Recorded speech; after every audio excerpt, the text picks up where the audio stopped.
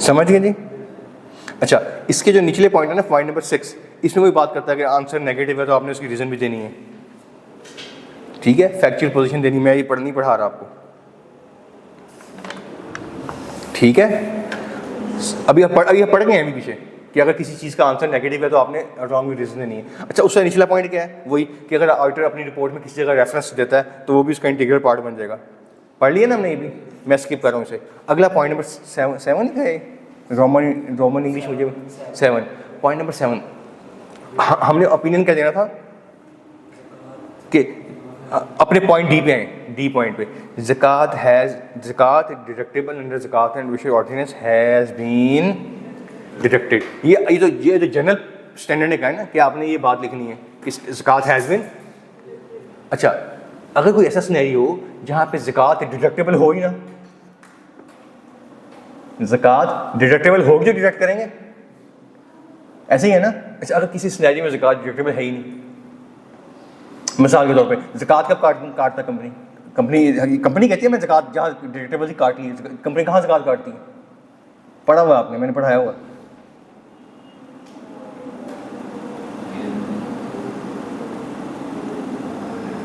Company ज़कात कब काटती है?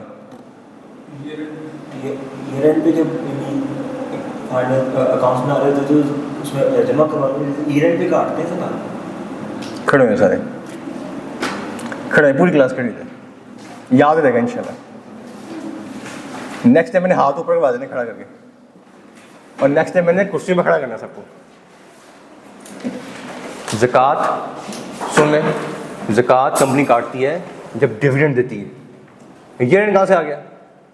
जब डिविडेंड देगी तो आपने क्या काटना है? सबसे पहले ज़कात, फिर बाकी डिविडेंड पे क्या काटना है? टैक्स। और जो बाकी बचेगा वो किसको दे देना है? अपने मेंबर्स को। ज़कात कहाँ जाएगी? ज़कात एंड ऑडिट शॉर्टेज में लिखा हुआ ना, हैज़ बीन डिपॉजिटेड।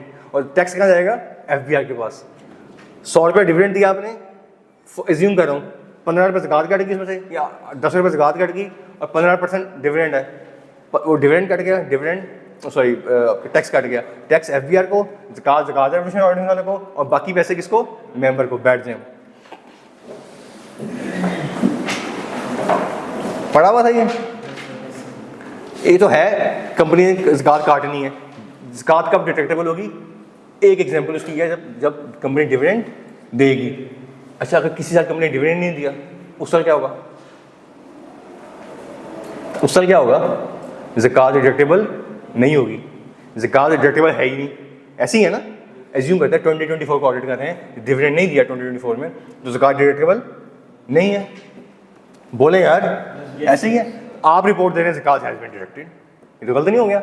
ज़कात तो डिडक्टेबल ही नहीं थी उस दिन, उस साल।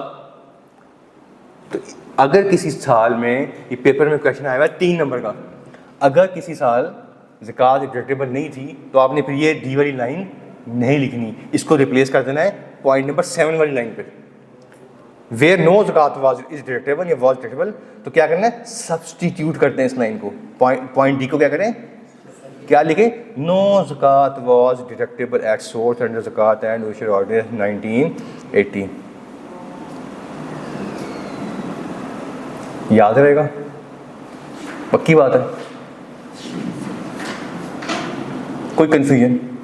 अच्छा, पेपर में क्वेश्चन आया था 4 नंबर का, बड़ा मजे का क्वेश्चन था। सिनेरियो, पूरा सिनेरियो, क्वेश्चन पता कहाँ से है? ये पॉइंट नंबर डी से। क्वेश्चन सुने ज़रा, मैं 7 से 5 से करवाई जा रहा हूँ आपको, ठीक है। क्वेश्चन क्या है कि कंपनी ने डिविडेंड पे किया, कंपनी ने, और डिविडेंड पे करते हुए ज़कात डिडक्ट कर, ये ज़कात डिडक्ट करना भूल गई। टैक्स काट के एफबीआर में जमा कराया, और सारा के सारा डिविडेंड लोगों को मेमो डिस्ट्रीब्यूट कर। बाद में दिन में वो ज़कात नहीं काटी। अब लॉ की नॉन कंप्लाइंस होनी चाहिए, लॉ की होनी थी, ऐसे ही है ना। तो वहाँ पे क्या लिख दिया फिर उन्होंने? खुद अपने से जमा करवा दी ज़कात, अपने से ज़कात, जितनी ज़कात बनती थी जमा तो करवानी थी टैक्स वालों और ज़कात वालों को, तो ज़कात एडमिशन में जमा करवा दी, कैश क्रेडिट, और डेबिट कर दिया अदर एक्सपेंस। एक्सपेंस तो किया ना, समझ गए क्वेश्चन आया था कि ऑडिट रिपोर्ट पे क्या इंप्लीकेशन होगी इसकी, ऑडिट रिपोर्ट पे क्या इंप्लीकेशन होगी। और एग्जामिनर के कमेंट पता क्या थे, it was poorly attempted question. इस क्वेश्चन में एक कोई और क्वेश्चन था, उसमें लिखा था कि only 2 students in Pakistan attempted this question appropriate, 2 बच्चे से पूरे पाकिस्तान में, शायद ये क्वेश्चन था वो, मैं if I am not wrong. ठीक है, सिनेरियो समझ गए कि ज़कात नहीं काटी, जमा करवा दी अपने से, और अपना कंपनी का बिजनेस एक्सपेंस बुक कर लिया उसको कि बिजनेस एक्सपेंस है। ठीक है, समझ रहे हैं क्या ये बिजनेस एक्सपेंस था? नहीं, ये तो लोगों का एक्सपेंस था। ऐसे ही है, ऑडिट रिपोर्ट पे क्या इंप्लीकेशन होगी? उसका इफेक्ट देखेंगे, मटेरियल है अगर तो लॉ ने कहा है ना, तो स्पेशली लॉ ने मांग लिया। मगर सर कंपनी लॉ की कंप्लायंस होगी, मगर अगर देखा नहीं, ठहरे हाँ हम पॉइंट डी पे है ना, डी पढ़ते हैं। ज़कात डिडक्टेबल एट सोर्स अंडर ज़कात ऑर्डिनेंस वाज डिडक्टेड, ये लाइन ठीक है? ये लॉ ने मांगी है, ये किसने मांगी है? तो डिडक्ट की थी आपने ज़कात, क्यों गलत रिपोर्ट दे रहे हैं फिर आप? तो इसका आंसर ये था, ज़कात डिडक्टेबल एट सोर्स अंडर ज़कात ordinance was not deducted anyhow क्या है? It was deposited in the central zakat fund established under zakat under section 7 of the ordinance। समझ गए? ये पैराग्राफ में चेंज आ जाएगी। ठीक है, याद रहेगा। और भी कुछ चेंज आनी चाहिए इससे ऊपर वाले पॉइंट में, investment made expenditure incurred were for the purpose of company's business. क्या बिजनेस का एक्सपेंस था? नहीं, आप लिखेंगे investment made expenditure incurred except for ज़कात that is clubbed in other. Audit practical subject है, ये है ऑडिट रिपोर्ट में इंप्लीकेशंस। अभी आप पढ़ गए हैं, 3 दफ़ा आज मैंने पढ़ लिया है, कुछ 3-4 दफ़ा पहले मैंने पढ़ा था पैराग्राफ, लेकिन आप लोगों ने इस तरफ ध्यान नहीं गया इस तरफ। ठीक है, पेपर करवाने का ऑब्जेक्टिव ही ये था कि आप लोग विजिलेंट हो गए। वो अभी मैं थोड़े पहले क्या वर्ड यूज़ किया था कि बोंगा बंदा ऑडिटर सोया पड़ा है, ऑडिट का पेपर नहीं पास कर सकते। सारे दरवाजे खोल के अपने दिमाग के जाएंगे तो पेपर पास होना है।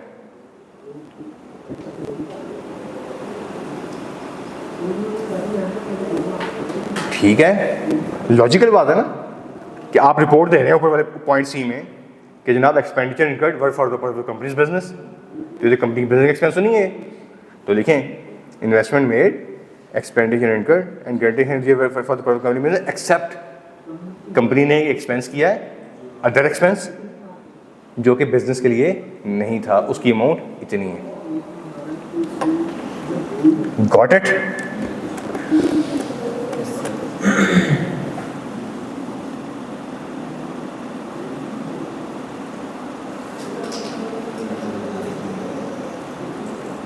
चले जी,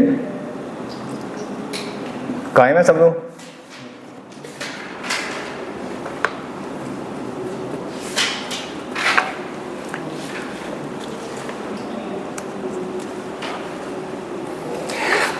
ये टॉपिक हमने आज पढ़ना नहीं था, वैसे ये टॉपिक आज का नहीं था, बहरहाल हमने इसे खासा पढ़ लिया, इसको इसी को कंटिन्यू कर लेते हैं आगे हम।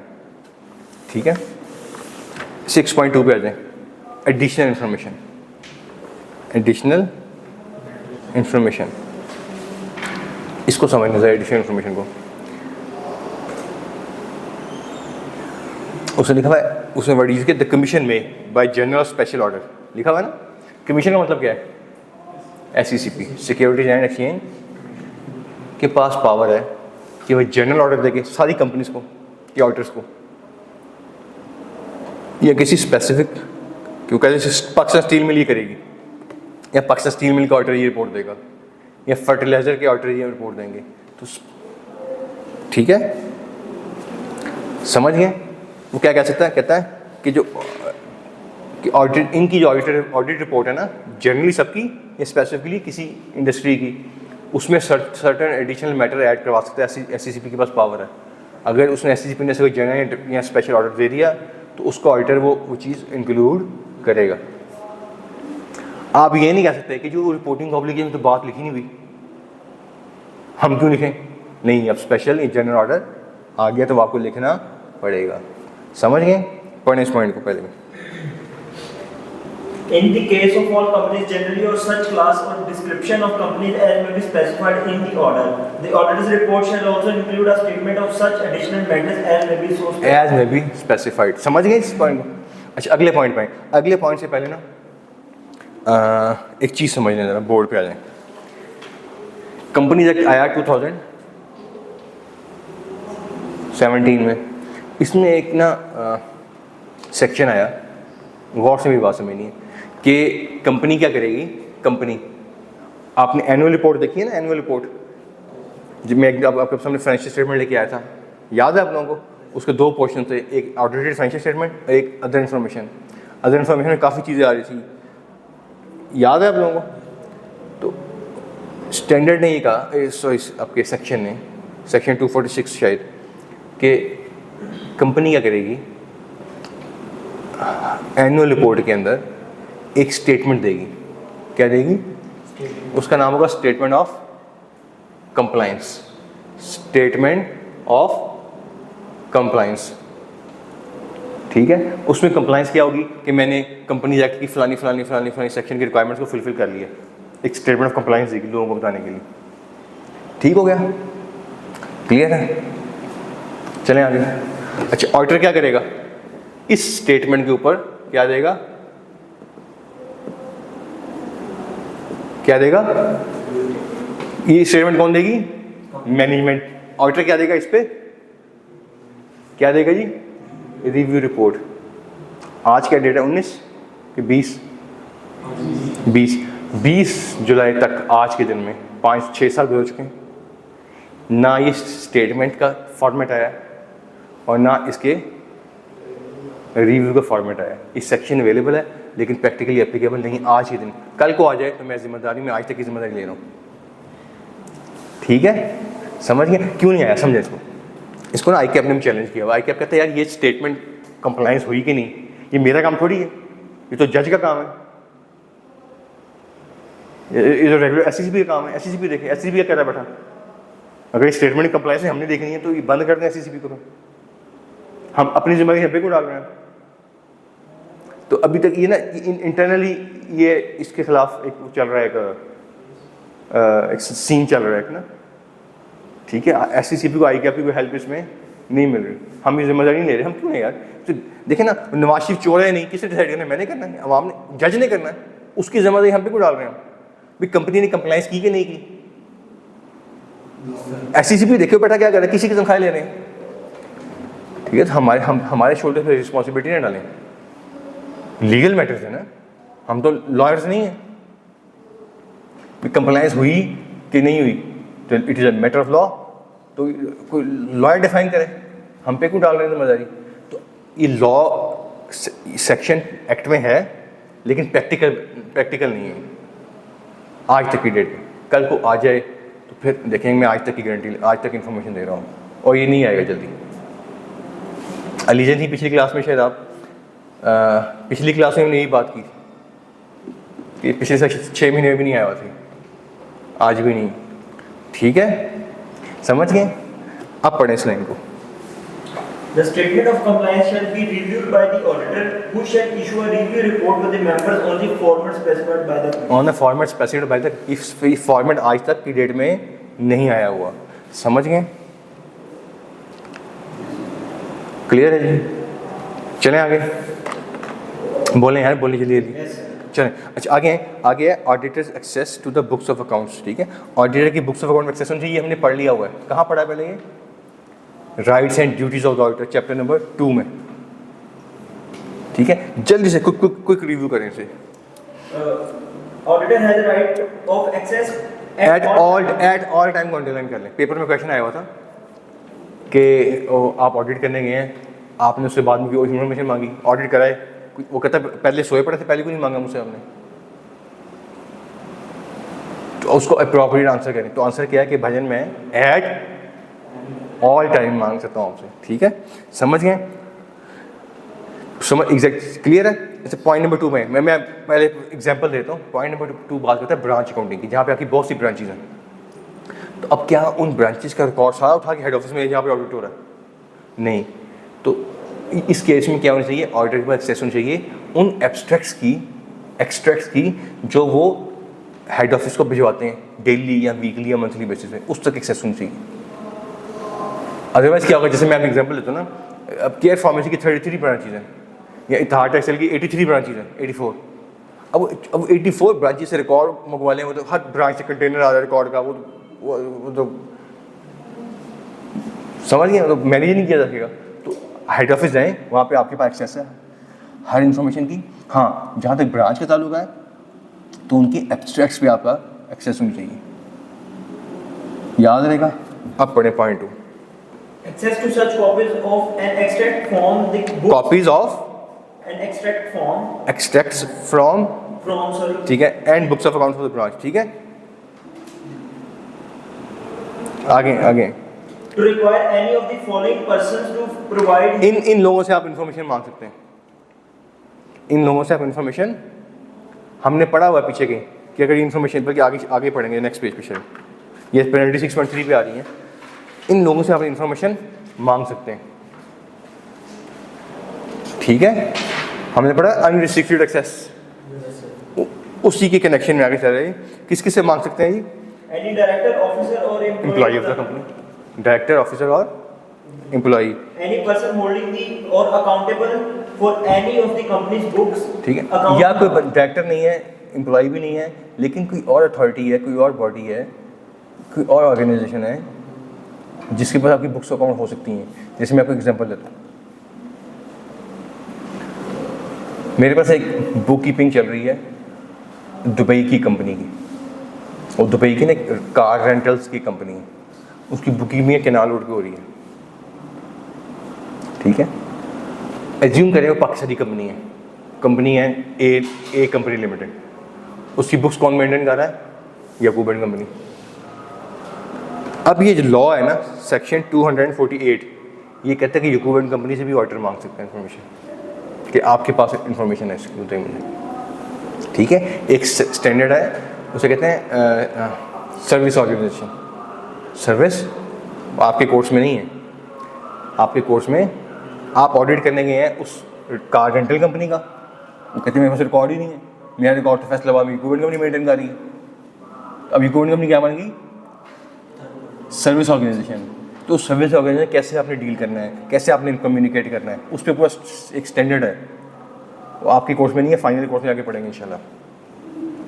ठीक हो गया, समझ आ गई बात? तो वो भी रिस्पॉन्सिबल है, टू सेक्शन 248 कहता है, ठीक है। अगली इंपॉर्टेंट बात है बहुत, any subsidiary undertaking of the company, देखिए अगर सब्सिडी से रिकॉर्ड नहीं लेंगे तो खाक कंसोलिडेशन बनाएंगे, कंसोलिडेशन कर नहीं सकेंगे आप, तो उसका रिकॉर्ड भी चाहिए। और बड़ी इंपॉर्टेंट बात है इससे अगली, ये पेपर में क्वेश्चन आया हुआ है, नेक्स्ट पॉइंट जो है, any officer, employee, any officer, employee और अंडरलाइन कर लें इसको, ऑडिटर ऑफ सच सब्सिडरी, कि आपका जो ऑडिटर है सब्सिडरी का, उससे भी आप इंफॉर्मेशन मांग सकते हैं। किसने कहा? सेक्शन 248। बड़ी आसानी से एग्जामिनर सिनेरियो टेस्ट किया हुआ है, एक क्वेश्चन में टेस्ट याद रहेगा। ये चीज़ें जो है टीचर से पढ़ने का फ़ायदा इसलिए होता है कि वो ऐसी चीज़ों को अंडरलाइन करा देता है। अगर आप रूटीन में पढ़ते हैं, आपने इसको रूटीन में पढ़ के निकल जाना था आगे। याद रहेगा कि सब्सिडरी के ऑडिटर से भी आप इंफॉर्मेशन मांग सकते हैं। अच्छा, इसके बाद अगले 2 पॉइंट्स हैं, ये आपने पढ़े हुए हैं, मैं फिर रिपीट कर रहा हूँ, एज इट इज़ पढ़े हुए हैं आपने, एज इट इज़। पहला पॉइंट सुन लें, सुन लें ज़रा, हम बाद में पढ़ते हैं। पहला पॉइंट ये है, इन केस कि अगर किसी एनुअल जनरल मीटिंग में, किसी AGM में, EOGM में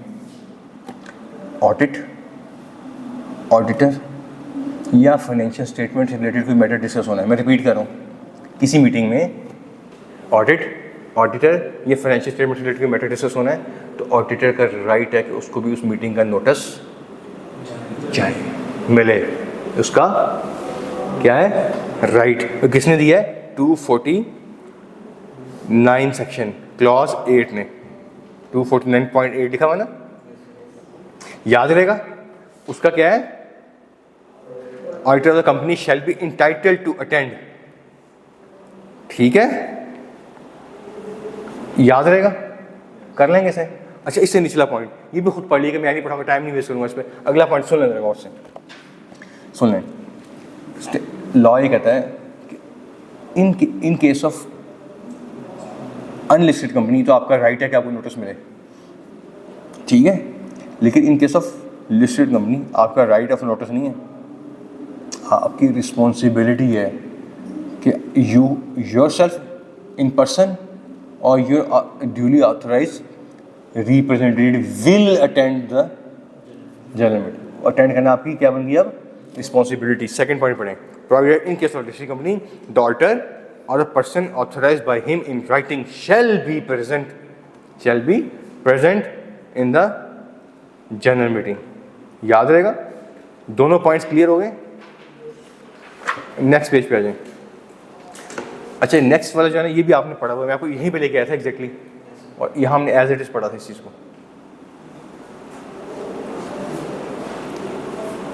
क्या सीन था, हम पढ़ रहे थे ऑडिटर्स के साइन, ऑडिटर के साइन। तो सेक्शन क्या है 251, auditor report, audit report, signature.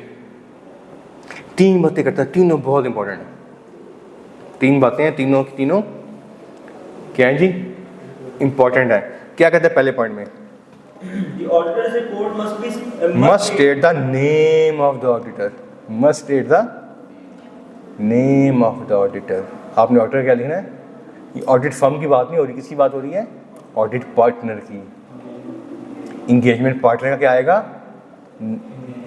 हुआ पता क्या, ये पहले रिक्वायरमेंट नहीं थी।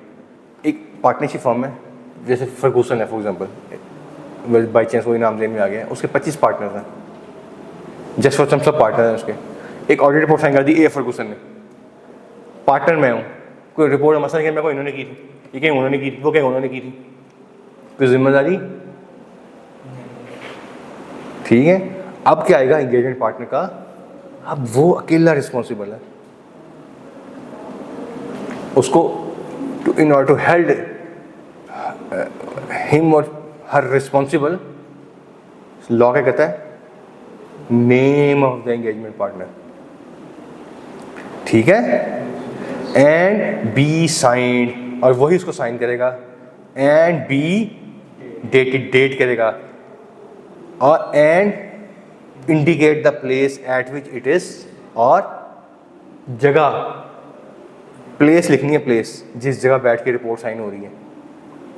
ये जगह का मतलब ये नहीं कि आप लिखते हैं कि ना मैं इस टाइम ग्लोरिया जींस बैठा रिपोर्ट साइन कर रहा हूँ, या मैं सेकंड कम में बैठा रिपोर्ट साइन कर रहा हूँ, या मैं इस टाइम लैंडर्स में बैठा हूँ रिपोर्ट साइन कर रहा हूँ। ये है सिटी का नाम, name of the city.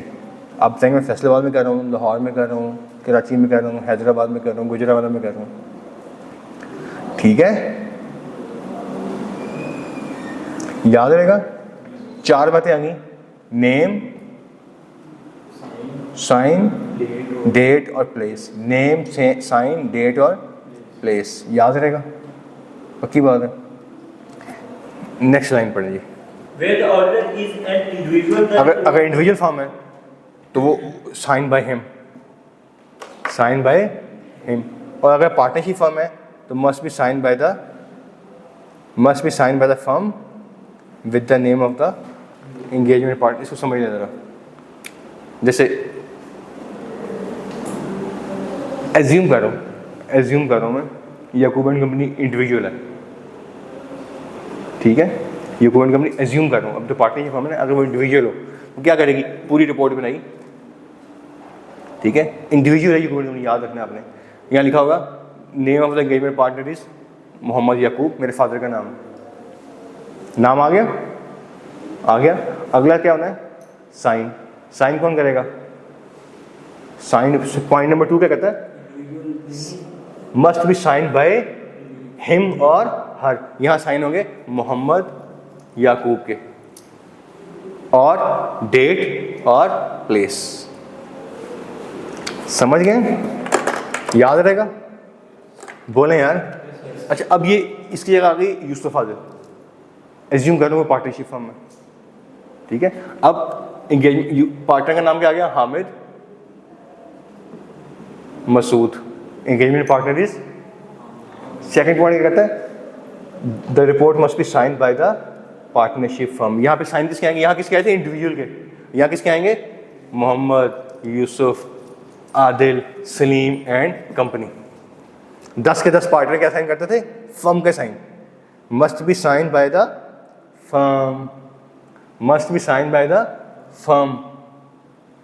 KPMG लिखा हुआ तो क्या आएगा यहाँ पे, KPMG, Taseer Hadi and company, must be sign by firm, must be sign by firm, firm के साइन होंगे, ठीक है। और इंडिविजुअल फर्म है, must be sign by him और हर, याद रहेगा। ये पार्टनरशिप फर्म है ना, फर्म के साइन, देखो वो तो मैं कह रहा हूँ ना, फर्गूसन में पार्टनर्स 25 हैं, एंगेजमेंट पार्टनर कितने हैं, एक, तो उसका नाम आ गया, जिस जो अकेला बंदा उसका नाम आ गया, ठीक है। पार्टनरशिप फर्म है, साइन किसके होंगे, फर्म के, ठीक है, इंडिविजुअल के नहीं। अगर यहाँ पे एज्यूम करते हैं, अगर ये यूसुफ आदिल नहीं है, हामिद मसूद साहब इंडिविजुअल पार्टनर है, हामिद मसूद एंड कंपनी, तो किसके साइन होंगे, हामिद मसूद, हामिद मसूद। अगर हामिद मसूद पार्टनर है यूसुफ आदिल के, तो क्या आएगा, यूसुफ आदिल एंड कंपनी, ठीक है, याद रहेगा, पक्की बात है।